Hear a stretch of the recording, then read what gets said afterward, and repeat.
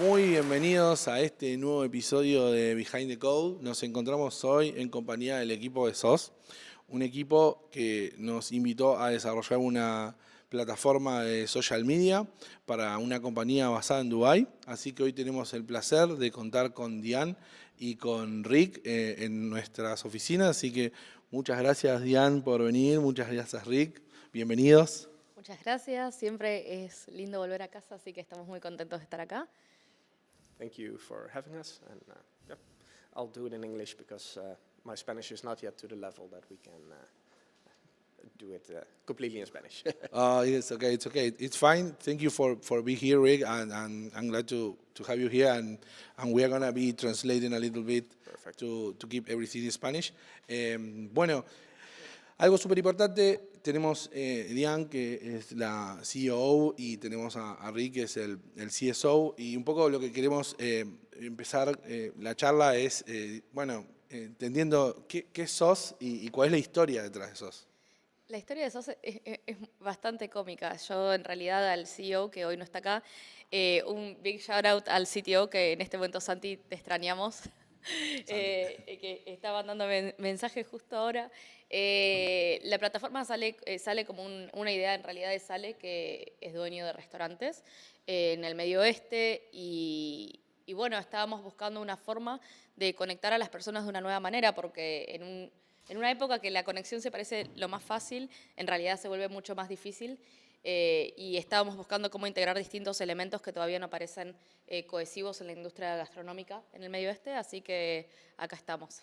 Ah, bueno, súper, súper. Bueno, un poco lo que se trabajó con el equipo de SOS fue crear una plataforma mobile, la cual va a permitir interactuar a los restaurantes con creadores de contenidos y que está lanzada tanto para iPhone como para Android.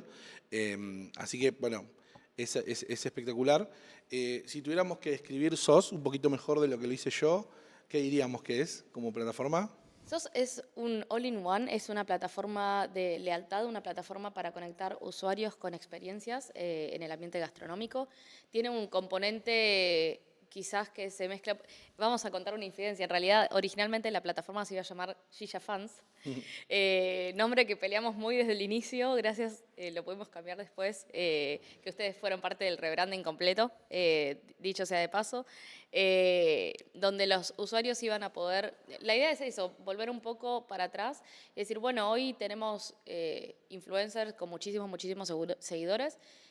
Pero la realidad es que en el Medio Oeste todo el mundo está un poco monetizando de alguna forma su contenido y dijimos, bueno, ¿cómo podemos buscar una conexión entre la prueba, el POC que nosotros tenemos de la vida real en el restaurante y después lo que son los usuarios y la forma en la que interactúan con plataformas, más el componente offline? Entonces es un compendio, nada de lo que estamos haciendo es original, pero lo estamos adaptando para un nicho que es Dubái, Egipto, toda la región de Medio Oeste y bueno, ver cómo los usuarios interactúan y monetizan su contenido desde la forma personal sin tener que contar con muchísimos seguidores. Que quizás esto también le ayuda un montón a los restaurantes para difundir su propuesta. Así que vamos a ver cómo va a trabajar. Tenemos mucha gente interesada.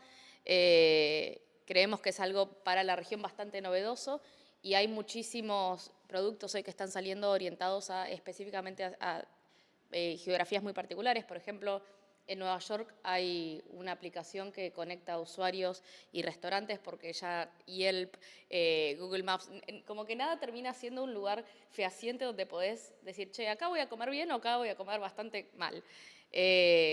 Entonces, bueno, estamos buscando también entrar en eso, pero bueno, adaptado a un mercado donde el CEO tiene mucha experiencia. Ah, súper. De alguna manera es como que la review no está curada, ¿no? No. Entonces es como que se necesita curar la review y de esa manera empezar a tener más fidelidad. Exacto, exacto. Es buscar un poco nuevas formas de fidelidad también, porque estamos muy acostumbrados, también hoy lo hablábamos más temprano, vos en donde tenés Rappi, tenés otras plataformas que mejor no nombrarlas, No tan eh, buenas como sos. eh, no tenés interacción humana en el medio, entonces también contar con un componente offline fuerte creo que va a ser un elemento bastante distintivo, donde una aplicación acompañe a todo ese desarrollo offline. Sí. Espectacular. Y una pregunta, ¿qué tipo de creadores y de comunidades? Porque después vamos a charlar un poco, pero es como que todos vivimos en el mismo mundo, pero dependiendo en qué parte del mundo estamos, se dan algunas diferencias, ¿no? Entre lo que sería Occidente y... Total. En nuestro caso, originalmente, como les contaba, la plataforma se iba a llamar Shisha Fans. Iba a estar muy orientado, perdón, cada vez que lo digo me río. He sido blanco de muchas bromas entre amigos. The fact that we are naming the app Shisha Fans, it was always a source of laughter among our friends. Entonces, era para justamente conectar personas con interés en la cultura de la shisha y restaurantes que sirven shisha y no tienen hoy una forma de fidelizar a los usuarios de shisha. La shisha es algo bastante caro comparado a cuando vas a un restaurante en Medio Oeste, tenés la comida, pero la shisha es algo, si vas a un restaurante más o menos bueno, es algo bastante caro. Y son muy particulares. Dicen, no, bueno, vamos a este porque tiene el de este tipo de tabaco o lo que sea.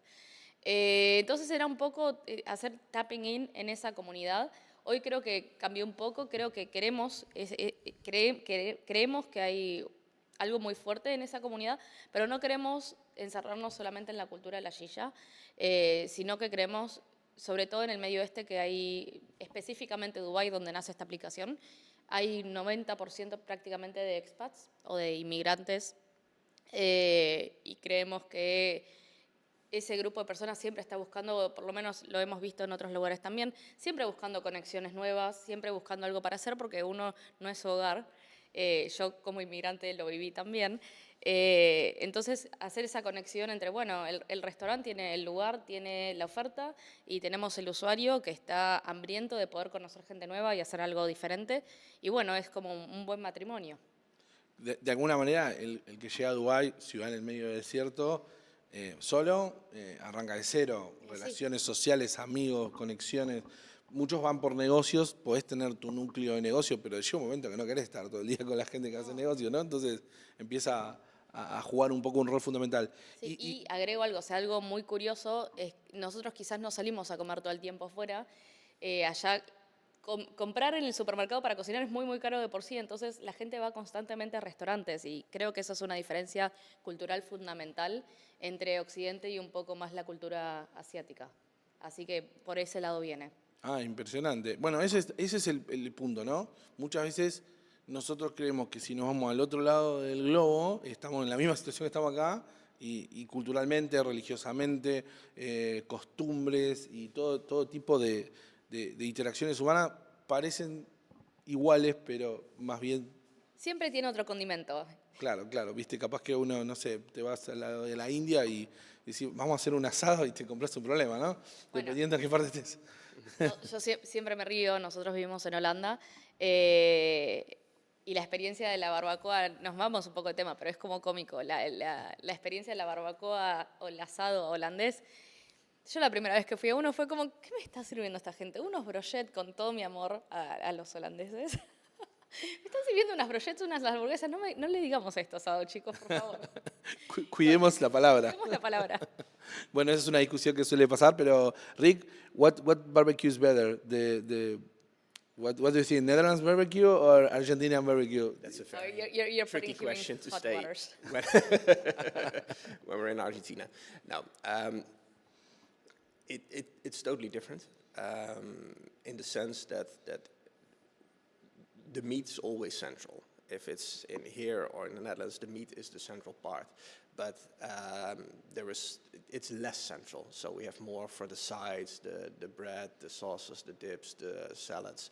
So we do a little bit more on the side than the meat. And yeah, as that's part of the market, Dutch market, it's all a bit more expensive. Specifically, meat is very expensive. So yeah, on average, you just do a little bit less. I'm personally a very big carnivore, so I prefer the meat that we get at the Argentinian barbecue. Juro que no lo estoy presionando para abajo. Eso está muy bien para quedar bien en casa, frente interno. Bueno, un poco lo que sucede, que explica Rick, es que si bien la carne es un factor central, y esto también sucede mucho en Puerto Rico, en Estados Unidos, la carne no tiene la preponderancia que tiene en Argentina, sino que también se le da mucha importancia a cuál es el acompañamiento, ¿no? Entonces también es un consumo diferente. Acá, para nosotros, el plato es la carne. Y muchas veces la carne en otras latitudes es como lo que acompaña. Pero bueno, that's great because you don't want to have troubles here because we are more than Yes, you. I need to survive a few. Yeah, you need to come back home in one piece. No, that's great. Bueno, y un poquito, entonces, como que el negocio estaba, pero había un negocio antes de la tecnología y un negocio que cambia cuando ponemos la tecnología, ¿no? Sí, ¿Cómo es totalmente. ese cambio? Había un restaurante que está todavía, se llama Gilla Fans, ahí se están expandiendo, probablemente cambien el nombre también. Pero bueno, el restaurante estaba la idea y todo inicia con, bueno, vamos a un viaje a Estambul y empezamos a discutir, che, bueno, y yo siempre soy de la idea de que, bueno, las cosas son factibles, organicémoslas, vamos a ver. Y veía la factibilidad. Y ahí me acuerdo que hablé con ustedes de toque. De hecho, datazo para el equipo de marketing, no hablé con otra agencia. Bien. Check. No hablé con otra agencia. No fue necesario hablar con otra agencia. No fue necesario. No, y creo que ustedes nacieron con la empresa, ¿no? Si bien la parte legal, los papeles, es la parte más aburrida, ya estaba, el restaurante existía, el restaurante para nosotros en realidad es una forma de validar lo que estamos haciendo como producto, pero no va a ser, va a ser standalone. Y bueno, nació un poco con ustedes, nació en conjunto. Nosotros vinimos con una idea y vinimos a una cocina y bueno, hablamos acá con el chef, hablamos con el jefe de partida y salió. Muy bien, muy bien. Sí, me acuerdo muy bueno el deck, porque el deck tenía, digamos, la big picture Gracias a Gen AI. El deck tenía, está muy bueno el deck, ¿eh? A veces recibimos algunos decks y a veces no recibimos un deck, a veces recibimos un título a 7.000 metros de altura y ese es el desafío, ¿no? Para nosotros de cómo ayudamos a hacer que las cosas pasen, ¿no? O sea, siempre lo divertido de estar en este startup spirit todo el tiempo, que está bueno, ¿no? Muchas veces las definiciones justamente son lo que hay que trabajar, ¿no? En los proyectos. Muchas veces se entienden más los objetivos, están un poco más las metas. Pero bueno, un poco ahora me gustaría pasar ¿cuál era digamos, el main challenge, el desafío cuando arrancamos?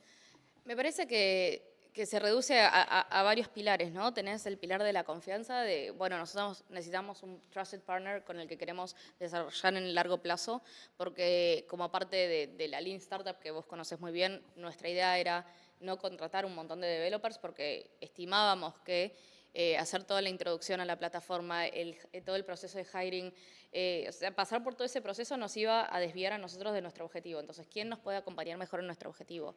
Era un poco lo que hablábamos hoy, buscar ese quick win, cómo entramos en la onda de desarrollar y tener el producto y la parte que sigue después, obviamente, lo más budget friendly y lo más rápido posible, porque hoy con cómo ha cambiado el prospecto del desarrollo, tener un producto rápido, por más de que no sea perfecto, rápido en el mercado, te va a ayudar y vas a estar mucho más avanzado que si te tardas 5 años y tenés la mejor aplicación del mundo.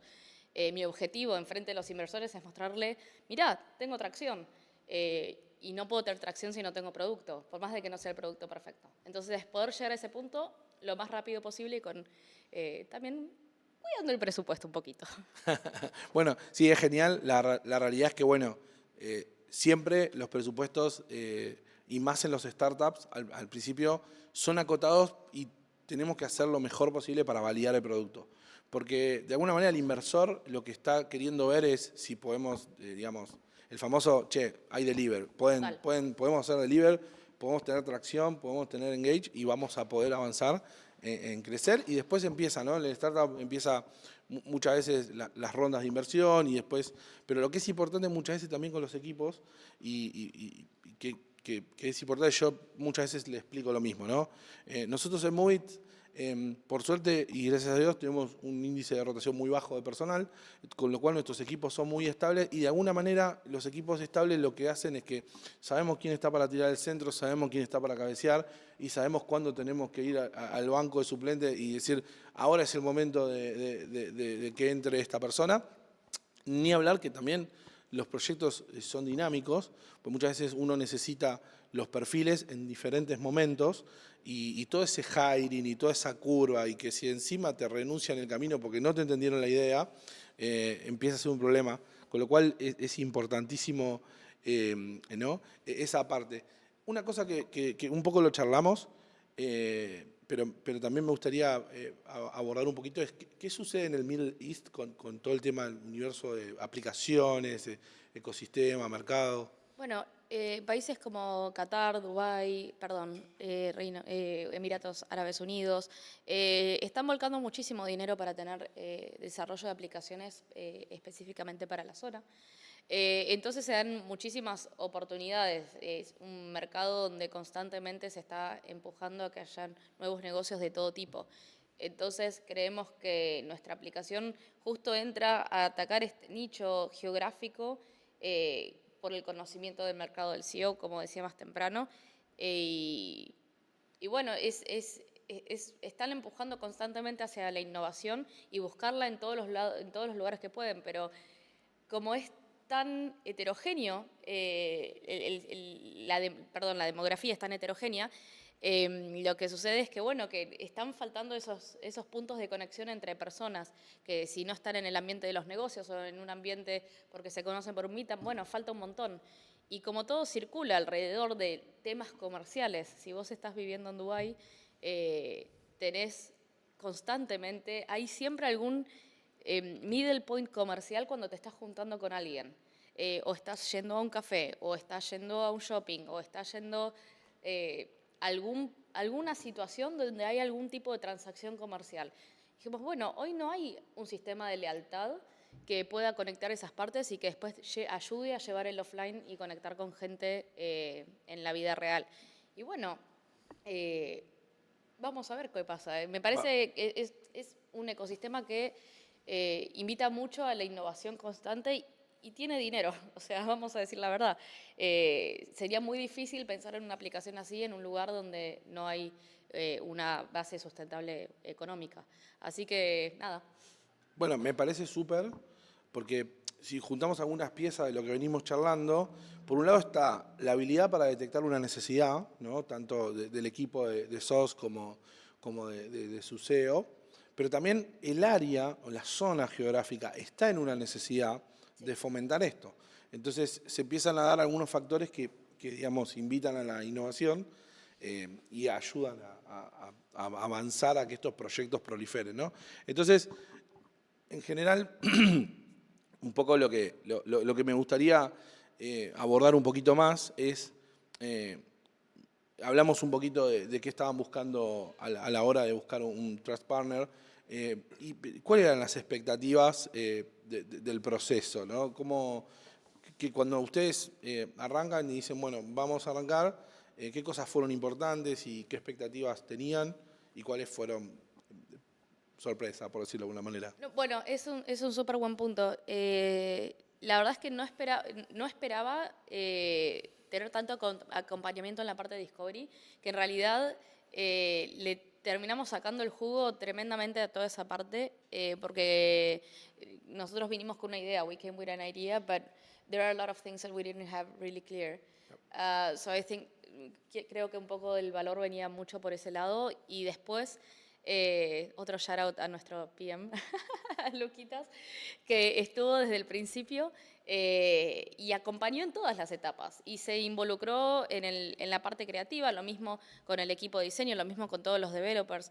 Se han involucrado tanto en todo el proceso que cualquier pasaje de etapa se hizo muy fluido y muy natural. Y habiendo estado en otros proyectos, normalmente hay muchas más rispideces, hay diferencias básicas en temas de lenguaje, de comunicación, de estilos, y acá se sentía como, bueno, tenemos a un gran amigo hablando por Movits en general, tenemos un gran amigo que nos está llevando de la mano y nos está acompañando en el proceso, ¿no? Me parece que lo que más valor le damos es eso, el poder haber hecho de punto a punto y habiendo pasado por otras etapas. Vos te acordás que tuvimos que pasar por un rebranding. Sí, después que terminamos la Después que versión 1 y terminamos, estaba lista para lanzar, había que migrar todo y muchas veces, ¿no? Pasa. cosas que pasan, cosas que nosotros estamos acostumbrados trabajando en este ambiente. Pero bueno, nos podríamos haber encontrado con una situación que nos dijeran, chicos, nosotros no hacemos esto, busquen a otra persona. Podría haber pasado, pero no nos pasó y bueno, fue muy bueno. Esa es la importancia de agregar valor y de cómo nosotros como cultura de compañía tenemos personas como Mika, como Lucas, como Marian, como todo el equipo Todos. que trabajó, que hay algo que es clave. Todo el mundo tiene que saber todo. En el sentido de que muchas veces nos ha pasado que el startup puede ser un pivot constante. Una startup puede decirte, hoy vamos para la izquierda, mañana aparece una oportunidad que le cambia la ecuación a la startup y nos vamos para la derecha. Y el equipo muchas veces dice, pero ayer dijimos otra cosa. Bueno, pero ese es el mundo de los negocios, ese es real life. Total, ¿no? o sea, para contar el backside, nos levantamos, estábamos hablando, tengo una llamada y el CEO me dice, Diane, we are rebranding, get it rolling. Y fue literalmente, es más, el nombre lo inventó él, o sea, también fue todo muy in-house, ¿no? Inmediatamente lo subimos al proceso creativo del equipo de ustedes, perfiles más técnicos, perfiles menos técnicos, y bueno, fue un laburo muy en conjunto. Sí, eso me parece importante. Me gustaría también consultar a Rick. What expectation did you have going into the process? If you want to share something. Expectation process. I think, and that's the thing. You always expect some friction, because there's a big gap often between the idea that you have and the reality. One is the idea possible? Then can you translate the idea from let's say the creative standpoint to more practical, technical standpoint? Can you fill in the gaps that are needed? And on that part, that's a thing that you expect. You expect that you will lose a lot of time in designs, that you think, okay, we have an idea, we want it this way, and then you give your idea, and then they come back with a totally different idea. That's an expectation. Luckily, the communication was very good, so I think that we were very clear in what we wanted, and then being able to see that translated very well in how it could look potentially in the drafts at first, and then that part of the process is one thing that I beforehand expected more friction in, because that's the Also, the CEO, by the way, we had the situation where he was like, I've been screwed before. How do I know that you, Diane, you, Rick, you are not going to screw me, but how do you know that the agency won't screw us? I'm like, well, I trust him, but still, it was a whole situation where he came from 3 failed projects because the agency failed to deliver. And it's like, yeah, that's why you should have talked to us before. He knows us. Yeah. No, we are. Oh, you're the favorite. Bueno, un poquito para traducir un poquito lo que dijo Rick, por lo general lo que uno espera en estos procesos son fricciones. Fricciones entre cómo bajamos la idea a la realidad, y que eso es lo que no pasó, que la comunicación fue clave.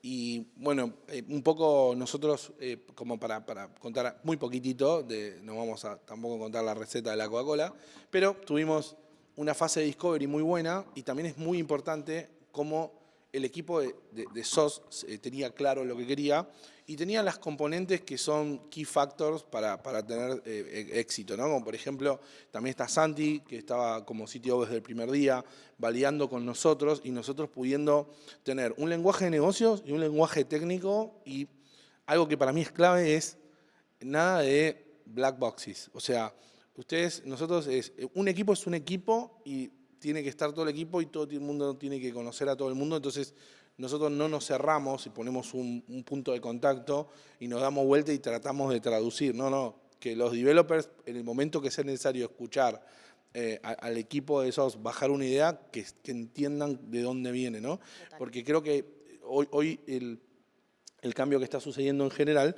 en la industria y en la forma que producimos software nos convoca a enfocarnos en el punto de valor. Y bueno, y después, Jan, si querés la parte del CEO la puedes decir vos en español, así no hago yo de traductor, pero básicamente lo que le pasaba era... No, sí, lo que le pasaba al CEO era básicamente que yo ya lo conocía hace varios años de haber trabajado en otro proyecto y la conversación siempre circundaba alrededor. Diane, vengo de 3 proyectos que las agencias o me fallan o me dejan el proyecto a la mitad y bueno, la respuesta fue sí, porque no hablaste con nosotros antes. Pero bueno, a ver, pasa mucho y obviamente el factor de que sea todo remoto empuja a que haya malos actores Sí. y buenos actores. Pero bueno, por ahí es como un poco como el dating, tenés que ir por varios malos actores para después llegar al buen actor. Bueno, como dice, en general en el mundo de los startups y en el mundo de los negocios, uno fracasa muchas más veces de la que tiene éxito y se aprende muchísimo más del fracaso que del éxito, ¿no? Porque de alguna manera llegar al éxito es por haber intentado, ¿no? O sea, eso sucede mucho. Bueno, y entonces ahora me gustaría un poco conversar como parte de los desafíos, teníamos 3 meses para entregar la primera versión de la plataforma, teníamos un budget de startup, ¿no? Y teníamos que comprarnos la confianza de un CEO que venía de haber fallado 3 veces. O sea, tremendo desafío. Entonces, en ese momento, nosotros tuvimos una conversación.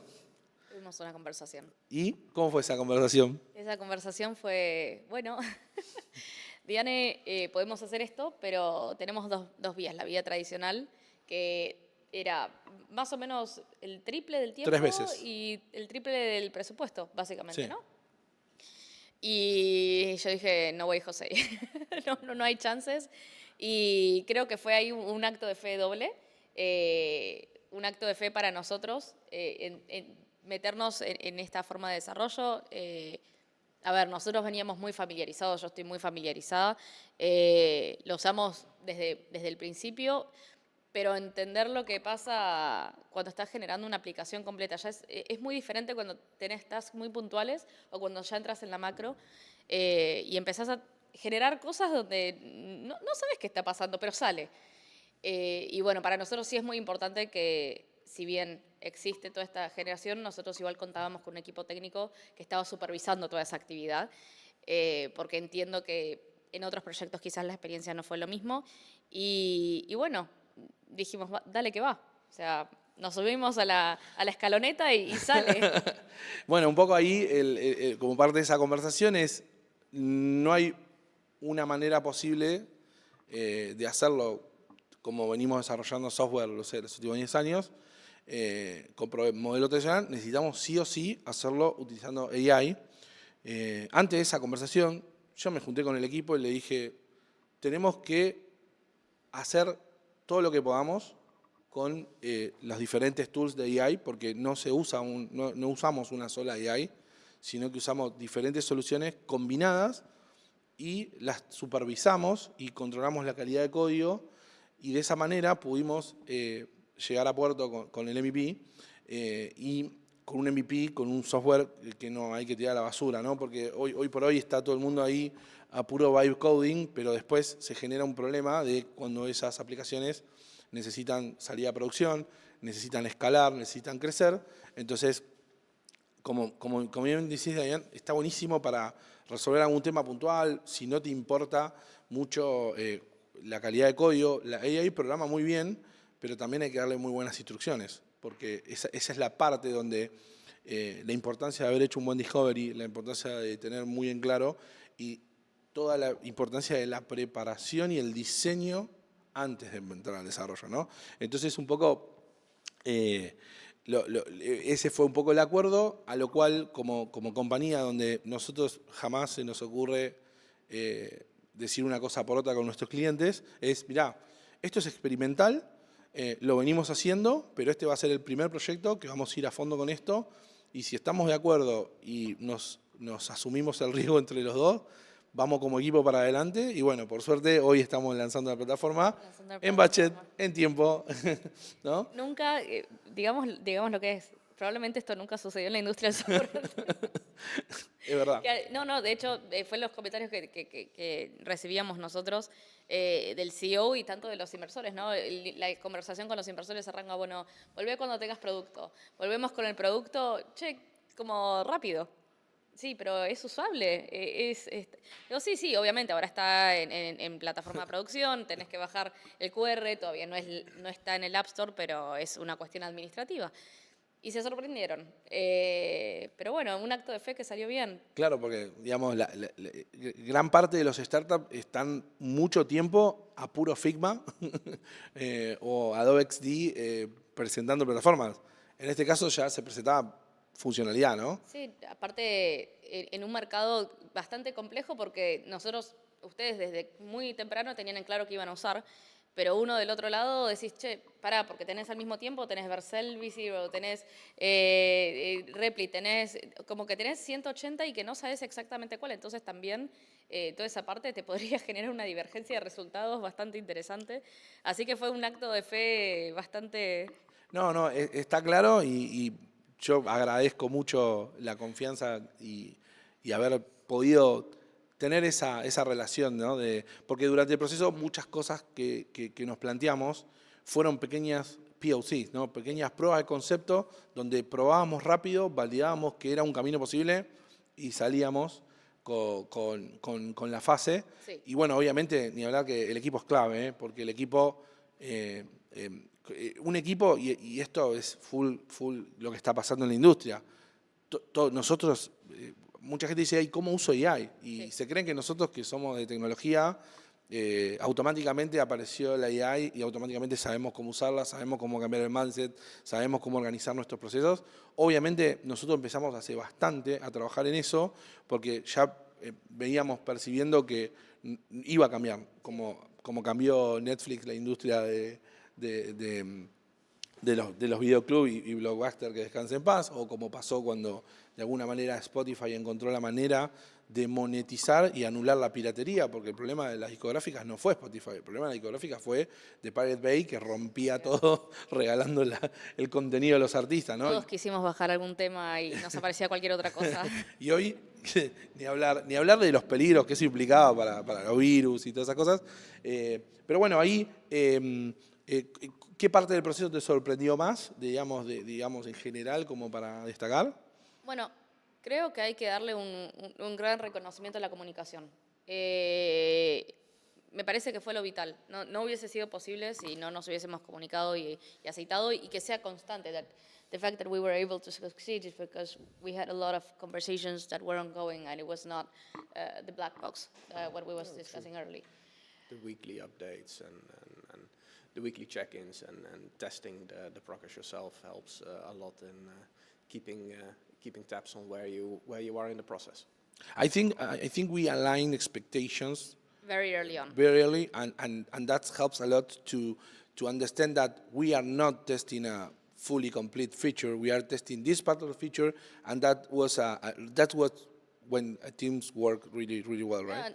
And there was a thing where we accepted fully that if anybody comes and tells you that they are an expert in AI or an expert on anything today, I would call bullshit because it's changing every day. It's very hard to be the real expert or the OG on the space. So I think that's one thing that we were very honest. We are both not experts. Let's make it work. Let's see how we can make it work. Exacto, sí. Bueno, un poco ahí aclarando que como equipo nos pusimos de acuerdo, nos alineamos en las expectativas y todas las semanas teníamos un release y un weekly donde íbamos avanzando y ni hablar que si sucedía algún blocker, el blocker aparecía muy cortito y eso ayudó, así que eso para mí fue un grave factor. Y obviamente esto nos ayudó, pero bueno, algo que es muy importante, y hay otros videos donde hablamos de esto también con el equipo, que entender a la AI. Entender, digamos, la tecnología y los conceptos de AI, ¿no?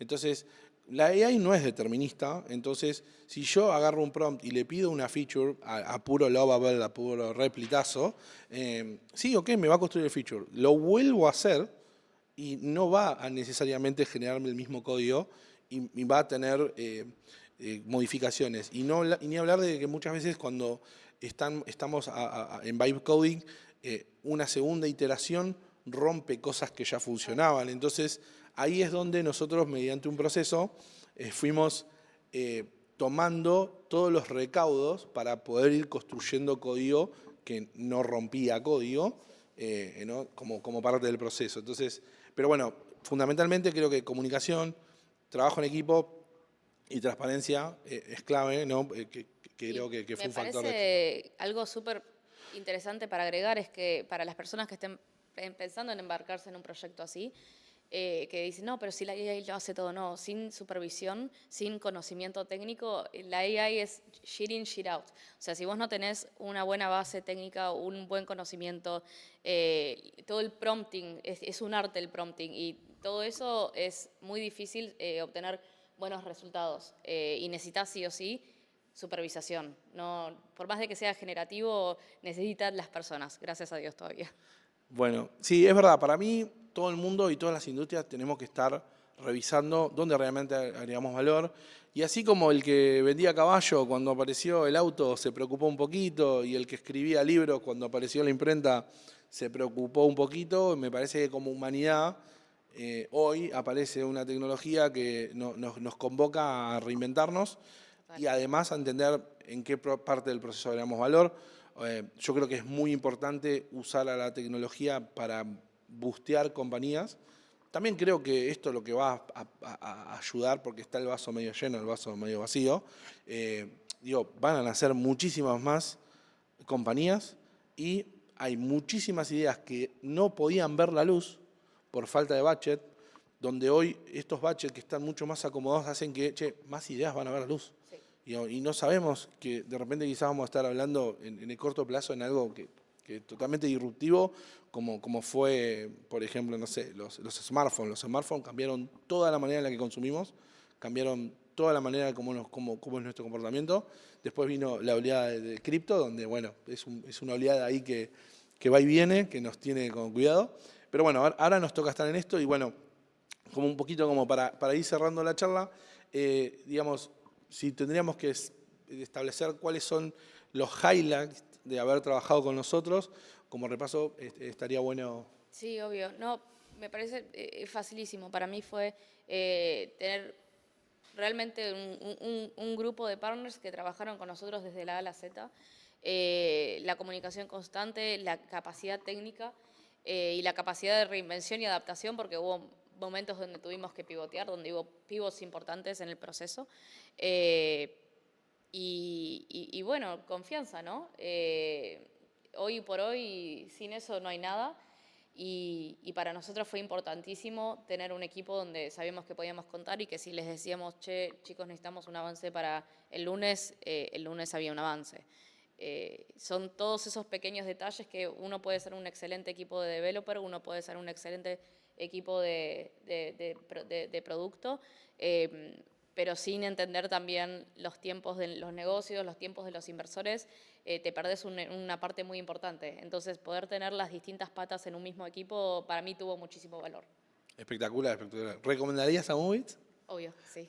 100%. Se vienen más proyectos, se vienen cositas. Se vienen cositas, esperemos. Aparte, a mí siempre me fascinó del día uno esto de impactar en el mundo, ¿viste? Esto también me implica muchísimas horas de vuelo, como te pasa a vos, y tener muy buen backup en casa, pero sí, la verdad que es fantástico de repente decir a un equipo, chicos, lo que estamos haciendo está impactando del otro lado del mundo, están usando una app que desarrollamos nosotros, a mí me parece fabuloso y Cuando tengamos usuarios los volamos a todos a Dubái. eso sería la próxima Christmas Party de La Mala, Buenos Aires, a Dubái, no sé, al restaurante Shisha podemos ir. Y, ¿Por qué no? ¿por qué no? No, acá, digamos, no Mirá, hay que... si contamos dónde nos conocemos nosotros y desde dónde... Es verdad. Bueno, voy a hacer un pequeño reconto. nosotros, si bien empezamos esta relación comercial entre Movit y Giya, hoy SOS, hace muchos años, cuando Movit trabajaba de manera local en Argentina, yo me fui a anotar en la agencia de inversiones y comercio exterior, internacional, sí, ¿no? nombre muy largo. Y donde, nada, la verdad que en ese momento no contábamos con clientes en el exterior y yo sinceramente no tenía ni la más pálida idea cómo hacer para conseguir un cliente en el exterior y me presenté en esa agencia y bueno, y pasé a formar parte de la carpeta de aquí Diane. En realidad no, me dijeron, vos no podés llevar, o sea, sí, al principio sí, pero me dijeron, vos no podés llevar porque él hace software, vos tenés startups que hacen otras cosas. Y dije, bueno, está bien, no pasa nada, pero está en buenas manos, excelentes manos, así que, pero bueno, fue ahí nació Empezamos todo. ahí a conocerlo y pasaron casi, no sé, eso fue como en el 8 años, 18, ¿no? 2018. Sí, eso fue como el 18. Y bueno, y después hay que mencionar que también hubo una persona que conectó, que es nuestro querido Lucho Compañero de Ménez. secundaria. Luchito Ménez, ahí de La Plata, que dice, esto es un proyecto que necesita, Movit puede hacer fit, y bueno, así que bueno, también agradecerle a Lucho, Le agradecemos. tenemos todos los contactos, ¿no? Que al final estamos todos esparramados entre Europa, Dubái, pero todo el mundo conectado. Así que bueno, nada, yo creo que, nada, súper agradecido de que hayan venido y que hayan hecho un espacio para poder hacer este podcast. Siempre. Thank you, Rick, Gracias. for joining us and be here with a really, really complicated agenda during this trip. Y bueno, y la verdad que nada, más que nada agradecer. Esperemos ayudar con todas las cositas que siga surgiendo en el ecosistema. Como para cerrar, me gustaría saber qué sigue para SOS. Qué buena pregunta. Bueno, en este momento estamos lanzando la aplicación, así que creo que es hacer el POC de la parte de la atracción, la parte de growth, hacer los primeros key partnerships en Dubái con hoteles y restaurantes y bueno, a partir de ahí ya, al momento está completamente bootstrapeada, con lo cual se viene la parte más divertida y más estresante, que es la de la ronda de inversión. Pitching. Así que se está viniendo esto, obviamente venimos en contacto hace un tiempo y bueno, nos dijeron, prueben nuestra acción, muestren nuestra acción y bueno, sí, y veremos. Veremos. Continuará. ¿Cómo está ese elevator pitch? Estamos. No, estamos bien, lo venimos aceitando hace un montón. We have been working on the elevator pitch for a long time already, and we have pitched to several investors in the Dubai region. But yeah, they want to see the app. That's the whole thing. Ellos no te ponen. Es muy diferente para el que conoció la época del 2019 a 2021, donde te bajaban billete. La época dorada sin del hacer capital. sin hacer ningún tipo de due diligence en el código, Nada. sin hacer due diligence en quién está liderando el equipo, bajaban billete. Bueno, eso, gracias a Dios, en cierta parte no pasa más. Se están ahorrando muchos chascos. Pero bueno, requiere también nosotros volvernos muchísimo más aceitados en qué es lo que estamos mostrando, cómo lo estamos mostrando, qué estamos diciendo. Y bueno, resultados. Hoy es una cuestión de resultados. Así Bien. que acá estamos. Rick, thank you. Any last word before we close the podcast? So, what's next for SOS? And are you ready to? Well, I'm going for the next step, not just what we're doing in Dubai, but building it out to be a global brand. That's great. And yeah, that will mean different functionality, different localization, and making it the next big thing. I think that will be yeah. It's a nice challenge. Yeah, well, you have to go big. That's great. Eso es lo lindo por eso a mí, nosotros trabajamos con startups y por esto, porque básicamente es muy divertido estar siempre desafiado. Me parece que para los que nos gusta resolver problemas, a los que nos gusta atacar cosas, el desafío es como lo que nos hace levantarnos toda la mañana. Así que muchas gracias. Muchas gracias Espero que el próximo podcast sea en Dubái. Esperemos. Con un traguito de por medio. Algunas sí. Hoy fuimos con el mate, alguna silla. Así que bueno, muchas gracias y estamos esperando el lanzamiento Así y es, vamos para adelante. Muchas gracias, Adiós. chicos. Thank you.